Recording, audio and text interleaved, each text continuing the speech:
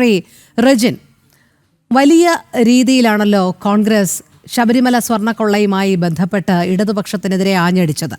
തദ്ദേശ തെരഞ്ഞെടുപ്പിലടക്കം അത് വലിയ പ്രചരണ ആയുധവുമായിരുന്നു. പക്ഷേ പിന്നീട് അങ്ങോട്ട് നമുക്ക് കാണാൻ കഴിഞ്ഞത് UDF-ലെ ഓരോ നേതാക്കൾ ഇതിൽ എങ്ങനെയാണ് ഭാഗഭാക്കാകുന്നത് എന്നുള്ളതാണ്. അടൂർ പ്രകാശിൽ തുടങ്ങിയ ആന്റണി MP-യിൽ വരെ എത്തി നിൽക്കുകയാണ്.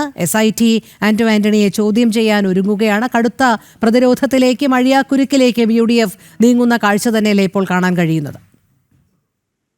രോഹിണി, ഇതിനകത്ത് UDF-ന് അതൊരു പ്രതിസന്ധിയോ അല്ലെങ്കിൽ പേടിയോ ഒന്നുമില്ല. കാരണം UDF-മായി ബന്ധപ്പെട്ട് ഇതിനകത്തെ നേതാക്കന്മാർ, UDF-ന്റെ നേതാക്കന്മാരുമായി ബന്ധപ്പെട്ട് അവരുടെ വീട്ടിൽ പോയി അല്ലെങ്കിൽ ഫോട്ടോ എടുത്തു എന്നുള്ള രീതിയിലേക്കുള്ള അന്വേഷണം, അത് ഏത് രീതിയിലുള്ള അന്വേഷണമാണെങ്കിലും അതിനെ നേരിടാൻ തയ്യാറായിട്ട് അല്ലെങ്കിൽ അതിന് സ്വാഗതം ചെയ്തുകൊണ്ട് നിൽക്കുന്നവരാണ് UDF-ന്റെ നേതാക്കന്മാർ, അടൂർ പ്രകാശ് ഉൾപ്പെടെയുള്ള നേതാക്കന്മാർ.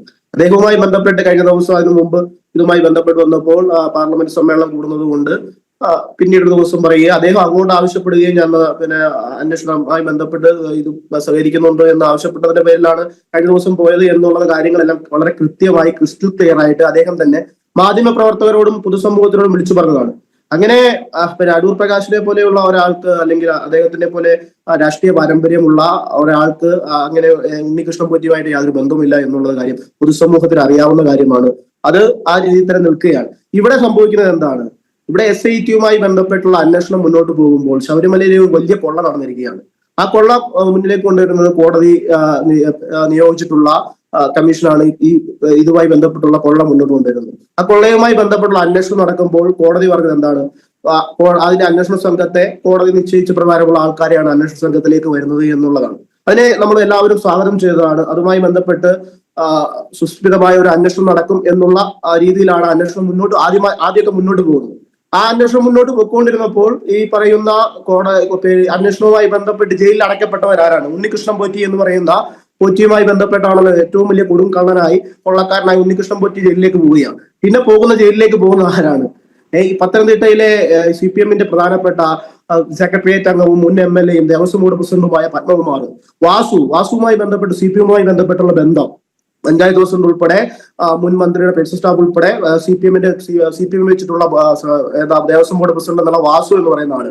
അതുപോലെ തന്നെ ഈ പറയുന്ന N വിജയകുമാർ, സുധീഷ് കുമാർ, KS ബൈജു, ശ്രീകുമാർ, അങ്ങനെ അങ്ങോട്ട് മുരാരി ബാബു ഉൾപ്പെടെയുള്ള CIT-യുമായി ബന്ധപ്പെട്ട് അല്ലെങ്കിൽ CPM-മായി ബന്ധപ്പെട്ട ആളുകളെല്ലാം ജയിലിൽ കിടക്കുന്ന ഒരു അവസ്ഥയിലേക്ക് വരികയും അത് വലിയ പ്രതിരോധത്തിലേക്ക് CPM-നെ പോലെയുള്ള ഒരു പാർട്ടി പോവുകയും ചെയ്തപ്പോൾ ആ അന്വേഷണ സംഘത്തിലെ SIT-യിലെ അന്വേഷണ സംഘത്തിലെ ആ ഉദ്യോഗസ്ഥരെ സംബന്ധിച്ച് നമുക്കറിയാം, അവരുമായി ബന്ധപ്പെട്ട് നിൽക്കുന്നത് കേരളത്തിലെ ആഭ്യന്തരമന്ത്രി ഭരിക്കുന്ന അതിന്റെ ഓഫീസുമായി ബന്ധപ്പെട്ട് നിൽക്കുന്നവരാണ്. ആ ഉദ്യോഗസ്ഥരെ നിയന്ത്രിക്കുവാൻ ഉള്ള സ്വാധീനം ഉപയോഗിച്ചോ എന്നുള്ള സംശയം അതായത് പ്രതിപക്ഷം ഉൾപ്പെടെയുള്ള പൊതുസമൂഹം ഉൾപ്പെടെയുള്ളവർ മുന്നോട്ട് വെച്ചതാണ്. കാരണം അതുമായി ബന്ധപ്പെട്ട അന്വേഷണവുമായി ബന്ധപ്പെട്ട് പിന്നീടുണ്ടായത് ഇത്രയും ആളുകൾ ഈ പറയുന്ന രീതിയിൽ ജയിലിൽ കിടക്കുന്ന ഒരു അവസ്ഥയിൽ വന്നപ്പോൾ പോലും CPM-നെ സംബന്ധിച്ച് അല്ലെങ്കിൽ ഈ പറയുന്ന CPM-യുമായി ബന്ധപ്പെട്ട് നിൽക്കുന്ന മുഖ്യമന്ത്രിയെ സംബന്ധിച്ച് ഈ പറയുന്ന എന്ത് കേസുകൾ ഉണ്ടായാലും ഈ നാട്ടിൽ എന്തെങ്കിലും ഒരു ആരോപണം ഉണ്ടാവുകയാണെങ്കിൽ ആ ആരോപണത്തിൽ വിധേയനായ ആളുകൾ രാജിവെക്കണം എന്നാവശ്യപ്പെടുന്ന സമര സംഘടനയാണല്ലോ കേരളത്തിലെ CPM എന്ന് പറയുന്ന പാർട്ടി അല്ലെങ്കിൽ അതിന്റെ നേതാക്കന്മാര്. അങ്ങനെയുള്ള ഒരു പാർട്ടി, അങ്ങനെയുള്ള ഒരു സംവിധാനം ഈ പറയുന്ന പത്മകുമാറിനെയും വാസുവിനെ പോലെയൊക്കെയുള്ള CPM-യുമായി അടുത്ത ബന്ധം കാത്തു സൂക്ഷിക്കുന്ന അവര് ദൈവതുല്യന്മാരായി കാണുന്ന CPM നേതാക്കന്മാരുള്ള കേരളത്തിൽ ഇവർക്കെതിരെ നടപടി എടുക്കാൻ എന്താണ് വൈകിയത്? ഒരു നടപടി ഇതുവരെ എടുത്തിട്ടില്ലല്ലോ. ഇതുമായി ബന്ധപ്പെട്ട് ശബരിമലയിലെ കൊള്ള ഭയങ്കരമായ ഈ ഭക്തസമൂഹവും പൊതുസമൂഹവും കേരള മനസ്സാക്ഷിയെ ഞെട്ടിച്ചുകൊണ്ടുള്ള ഏറ്റവും വലിയൊരു കൊള്ള നടന്നിരിക്കുകയാണ്. ആ കൊള്ളയിലെ പ്രതികളായി ജയിലിൽ പോയിട്ടുള്ള ആളുകൾക്കെതിരെ ഒന്ന് ശബ്ദിക്കുവാൻ പോലും ഈ CPM-ന്റെ നേതൃത്വത്തിലുള്ള അല്ലെങ്കിൽ അതിന്റെ പ്രധാനപ്പെട്ട ആളുകൾ ആരും തയ്യാറായതുമില്ല. അതുമായി ബന്ധപ്പെട്ട് യാതൊരു നടപടി എടുക്കുവാൻ തയ്യാറായില്ല. അങ്ങനെയുള്ള ഒരു സാഹചര്യത്തിൽ പ്രതിരോധത്തിലായ CPM ഈ SIT ഉദ്യോഗസ്ഥന്മാർക്ക് ഇടയിലേക്ക് മുഖ്യമന്ത്രിയുടെ ഓഫീസിൽ നിന്നും സമ്മർദ്ദം ഉണ്ടായില്ല എന്ന് നമുക്ക് പറയാൻ സാധിക്കുമോ? പിന്നീട് ഇങ്ങോട്ട് ഉണ്ടായത് എന്താണ്? ഇവർക്ക് സ്വാഭാവികമായി ജാമ്യം അനുവദിക്കുകയാണ്. എന്തിന്റെ പേരിലാണ്? കുറ്റപത്രം സമർപ്പിക്കാൻ തന്നെ കാലതാമസം നേരിട്ടതിന്റെ പേരിൽ സ്വാഭാവികമായ ജാമ്യം അനുവദിക്കുകയാണ്. ആ ജാമ്യം അനുവദിക്കുന്ന കാരണം ഉണ്ടായത് തന്നെയാണ് SIT-യുമായി ബന്ധപ്പെട്ട് നിൽക്കുന്ന അന്വേഷണ സംഘത്തിനുണ്ടായ കാലതാമസമാണ്. അപ്പോ അങ്ങനെ വരുമ്പോഴാണ് നമുക്ക് ഇതൊരു ഒത്തുതീർപ്പിലേക്കാണോ പോകുന്നത് എന്നുള്ളത് നമുക്ക് സംശയിക്കേണ്ടിയിരിക്കുന്നത്. ഇതിൽ CPM-ഉം ഇതിനകത്ത് ക്രിസ്റ്റൽ ക്ലിയർ ആയിട്ട് പൊതുസമൂഹത്തിലെ രോഹിണി ഒരു കാര്യം ഉറപ്പാണ്. ഇതുമായി ബന്ധപ്പെട്ട് ശബരിമലയിലെ ധർമ്മശാസ്താവിന്റെ കലിയുഗ വരദന്റെ പൊന്ന് കട്ടത് ഇവിടുത്തെ CPM-കാരാണ്. CPM-മായി ബന്ധപ്പെട്ടവരാണ്.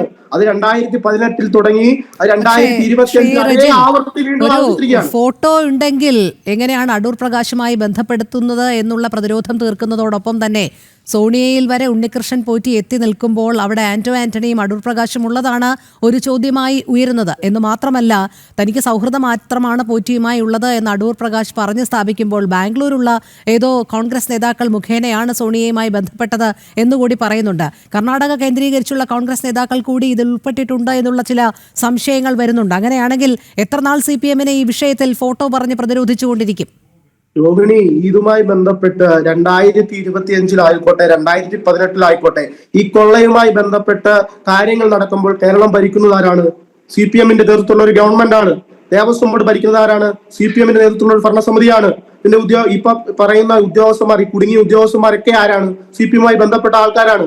ഇതിനകത്ത് കോൺഗ്രസ് ആണോ അന്ന് ഭരിച്ചുകൊണ്ടിരുന്നത്? ഈ പറയുന്ന ഉണ്ണികൃഷ്ണൻ പോറ്റിക്ക് ഒത്താശ കൊടുക്കുവാനോ, ഈ പറയുന്ന ദേവസ്വം ബോർഡിനെ ശബരിമലയിലെ സ്വർണ്ണപ്പാളി ചെമ്പാന്ന് മതത്തിൽ എഴുതിപ്പിക്കുവാനോ ഒക്കെ കോൺഗ്രസ് സമ്മർദ്ദം കൊടുത്തു, അല്ലെങ്കിൽ കോൺഗ്രസുമായി ബന്ധപ്പെട്ട ആളുകൾ സമ്മർദ്ദം കൊടുത്തു എന്ന് പറയുന്നത് ജനങ്ങളെ പറ്റിക്കുന്ന രീതിയിലേക്ക്, തെറ്റിദ്ധരിപ്പിക്കുന്ന രീതിയിലേക്കല്ലേ പോയിക്കൊണ്ടിരിക്കുന്നത്? അതിനകത്ത് ഒരു ധാർമ്മികതയില്ലല്ലോ. പറയുന്ന ഒരു കാര്യത്തിന് അല്ലെങ്കിൽ പ്രചരിപ്പിക്കുന്ന ഒരു കാര്യത്തിന് ഒരു ധാർമ്മികത വേണ്ടി. ആ ധാർമ്മികതയുമായി ഒരു ഭരണ സംവിധാനത്തിൽ, അത് കേന്ദ്രം ഭരിക്കുന്നതോ കേരളം ഭരിക്കുന്നതോ കോൺഗ്രസ് അല്ലല്ലോ.